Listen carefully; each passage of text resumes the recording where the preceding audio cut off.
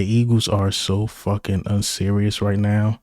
They hire Vic Fangio as the defensive coordinator. I don't like the move at all. Nick Sirianni speak to the media. He said he's just the head coach. Let me go ahead and play this clip. To the defense, what is your role going to be?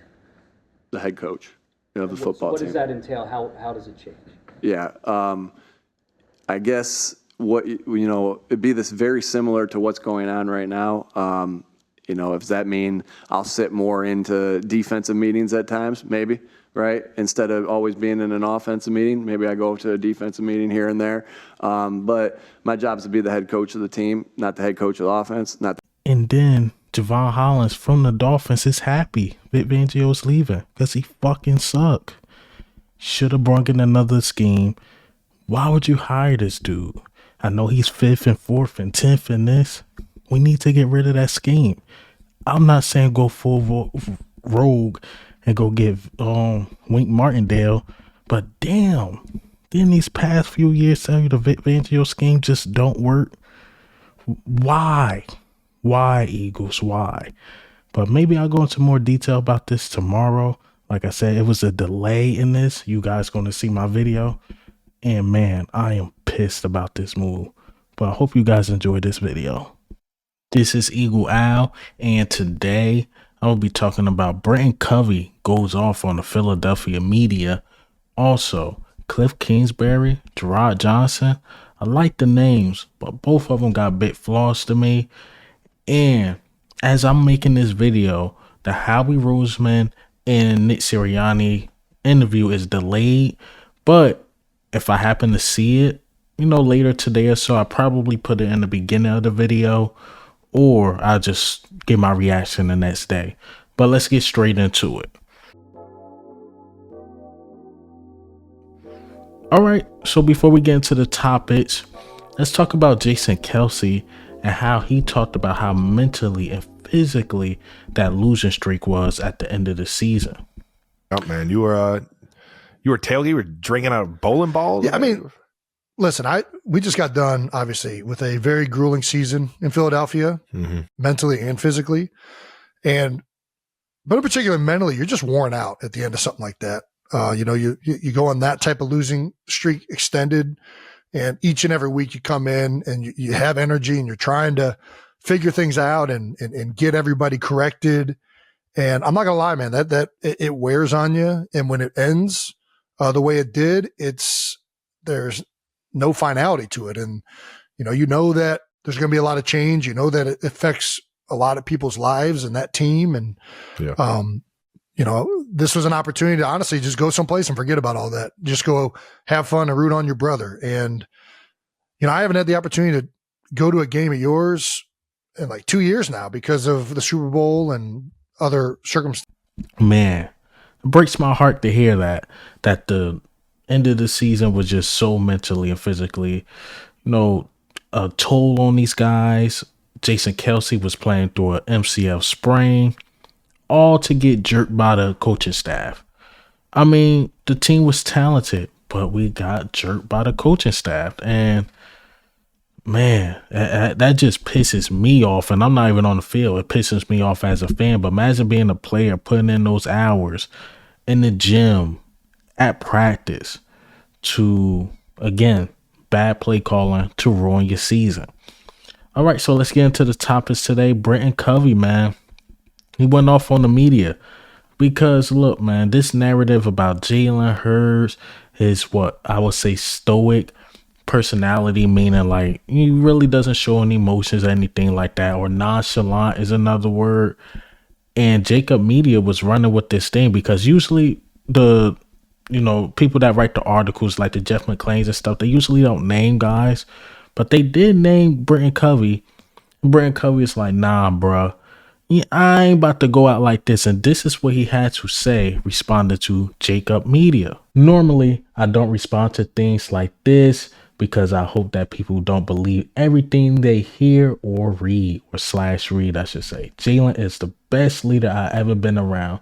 So you can hear it straight from me, not someone else. I never said he was unapproachable or I was scared of him. It sounds like he don't want to, be the the cat word. You know, it sound like they call him a cat. I'm gonna use the appropriate words. Sound like they call him a cat, and he's like, bro, like, I'm not scared to approach anybody. And Covey went in again. He ain't ended right there. He said, someone asked me if Jalen's stoic personality turned people away and if he was intimidating or unapproachable. To which I basically said that I had coaches like that in the past, but Jalen wasn't like that. And he put wasn't in caps.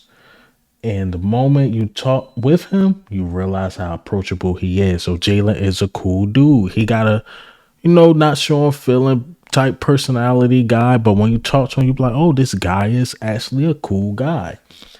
And I don't like what he said right here, but I get what he was saying. Brand Covey also said, I truly don't get this narrative. Jalen's authenticity, however you want to say it, is what makes him a great leader. He'll eat lunch with the lowest ranking guys on the team, like myself. See, I don't like that he calls himself the lowest ranking guy. I don't like that at all. He is a great friend and teammate. So I like everything Covey said. Covey is a good dude. He's a good dude, man, to say that, because he could have just let the narrative play. But it's going to be a long offseason for the guys that, appreciate Jalen Hurts, for the guys that want him to succeed. It's going to be a long season for us, or a long offseason for us until next season, because now he's not a great leader. Since Jalen Hurts, I'd say since college football, his leadership been through the roof. Winning, losing, everybody like, yo, Jalen is the leader. Jalen is the guy. We love this guy. But all of a sudden, he's not a leader. He's too close. Like he's not the leader that the Eagles expected. It's like all these narratives are being pushed and being pushed and being pushed. Brand Covey probably shut up the media for a little bit, but it's going to get pushed again. It's going to be another article. It's going to be more clicks. I mean, when I say like almost every day, like I damn near want to skip those articles, but I got to do my job as I guess YouTuber, reporter, whatever you want to call me on the Eagles. I got to talk about it if it's out there.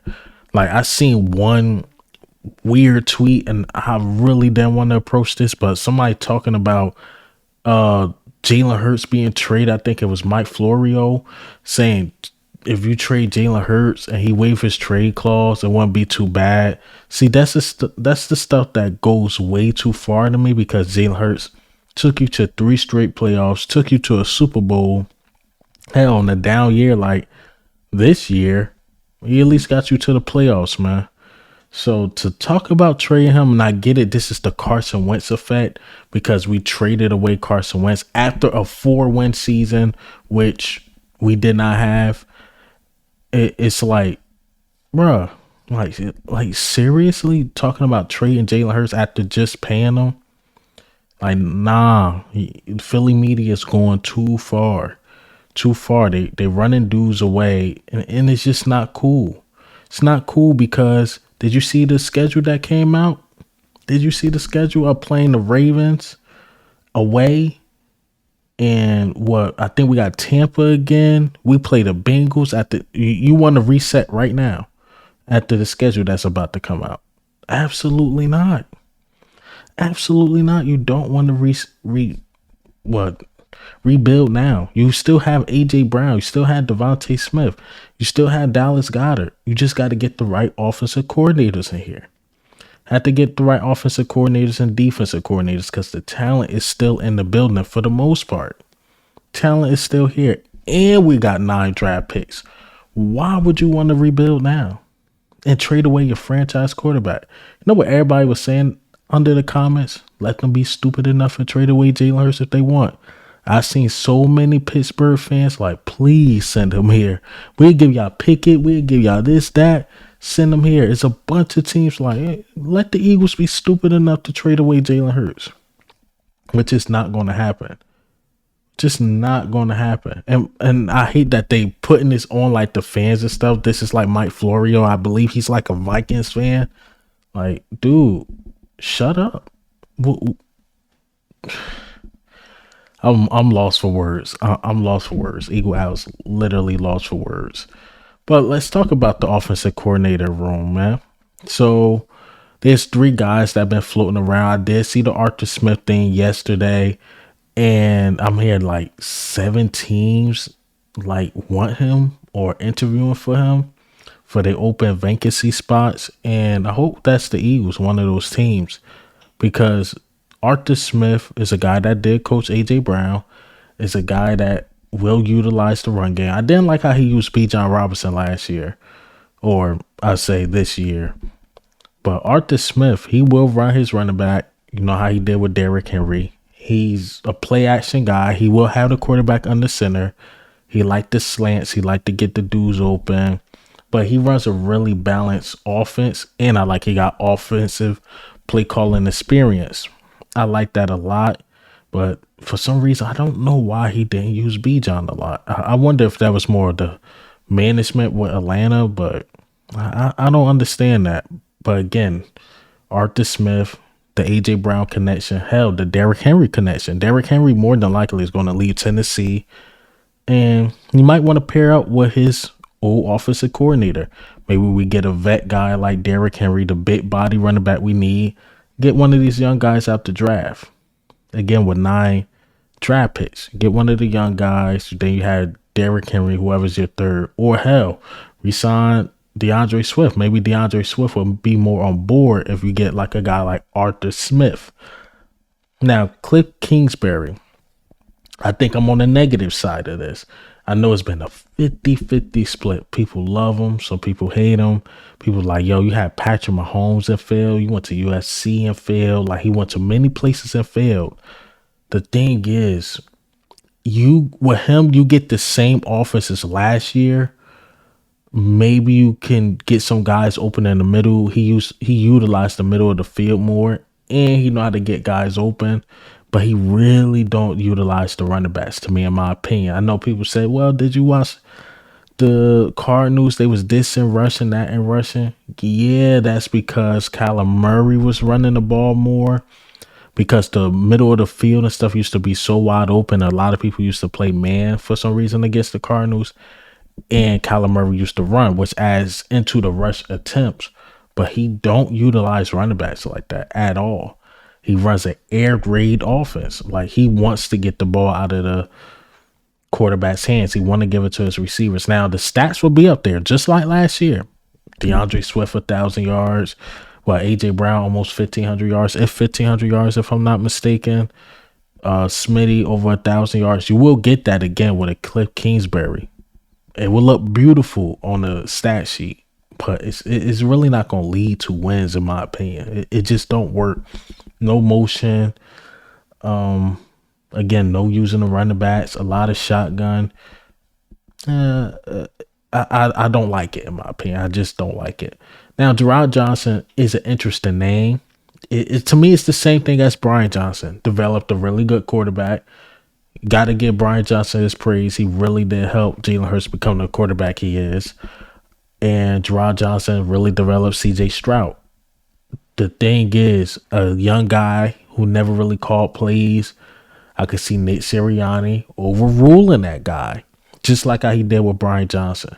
That's why I want to see Brian Johnson with another team, see what he do, because what happened with Brian Johnson, and there was reports out there, like, yo, it was a weird feeling in the locker room. Like, people were really upset that Brian Johnson lost his job, like extremely upset, because they feel like it was Nick Sirianni's offense. He had to pull plays from there. Whereas though, same thing with a Jerrod Johnson. Never called plays. So I basically feel like they're going to give him Nick Sirianni's offense. He's going to have to pull from there.